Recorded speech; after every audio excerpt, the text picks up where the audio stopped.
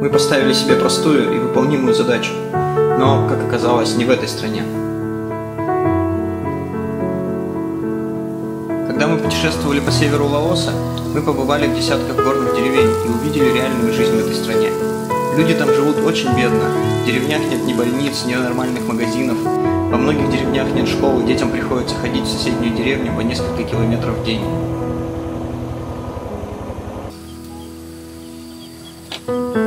Но дети там удивительные, очень жизнерадостные и веселые, несмотря на то, что с раннего детства им приходится работать. Мы настолько вдохновились ими, что решили привезти им что-нибудь вкусное. Сначала мы думали про какие-нибудь конфеты, но потом поняли, что в таких деревнях нет обычного мороженого, и многие дети никогда его просто не пробовали.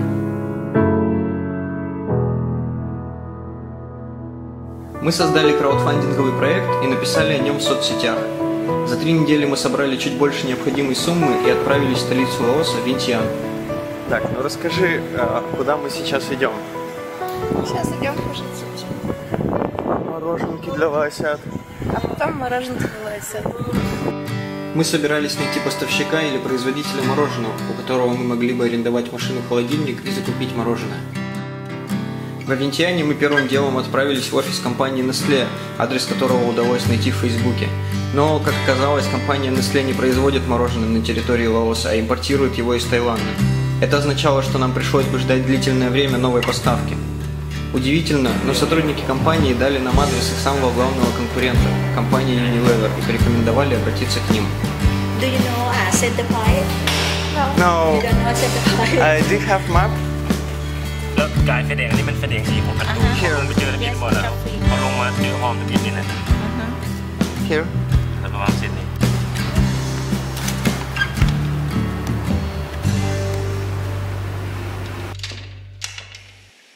В Unilever нас встретили очень хорошо. Бренд-менеджер и руководитель направления удивились и обрадовались, когда узнали о нашем проекте. Они поблагодарили нас за желание порадовать лаосских детей и высказали свое намерение помочь нам с реализацией. Как оказалось, у Unilever нет машин-морозильника, а это означало, что предоставить такую в аренду они нам не смогут.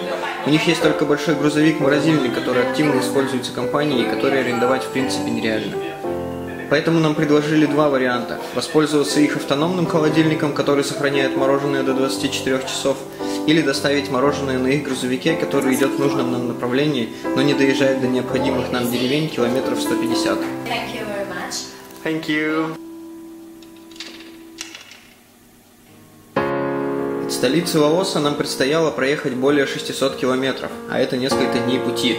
Средняя скорость по горным лаосским дорогам составляет 30-40 км в час, поэтому ехать на арендованной машине с автономным холодильником не было никакого смысла, мороженое за это время растаяло бы.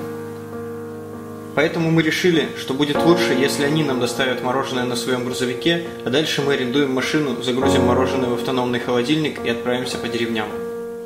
Очередной рейс грузовика должен был быть 23 июня и не из столицы, а из города Луанг-Прабанг, который находится на 350 километров ближе к финальной точке. Нам предстояло прождать почти 2 недели в ожидании предстоящего рейса, поэтому мы решили отправиться в сторону севера и посмотреть местные достопримечательности. Мы поехали в город Пасаван, который находится на севере страны и от которого оставалось совсем немного до горных деревень, куда мы собирались отвезти мороженое. Поэтому мы решили воспользоваться этой возможностью и найти поставщика мороженого и того, кто его отвезет по деревням. Мороженое мы без труда нашли, но у нас возникли проблемы с его доставкой. Мы пытались договориться с торговцами мороженым, но для них расстояние в 200 километров оказалось очень большим. Никто не соглашался. Частные извозчики тоже отказывались из-за большого расстояния. Мы оставили эту затею и решили все-таки реализовать проект с помощью Unilever. К этому времени наши лаосские визы заканчивались, поэтому нам пришлось выехать в Таиланд, чтобы продлить их. За 2 дня до назначенной даты мы прибыли в Луанг-Прабанг, потратив на это 2 дня пути. Все это время я переписывался с нашим менеджером в Unilever, который отвечает там за продажи мороженого. Все шло по плану, мы были очень рады, что все получается. Когда мы приехали в их представительство в Луанг-Прабанге, выяснилось, что грузовик уехал несколько часов назад, за 2 дня до назначенной даты. Следующий будет только через месяц. Менеджер извинилась и сказала, что планы поменялись.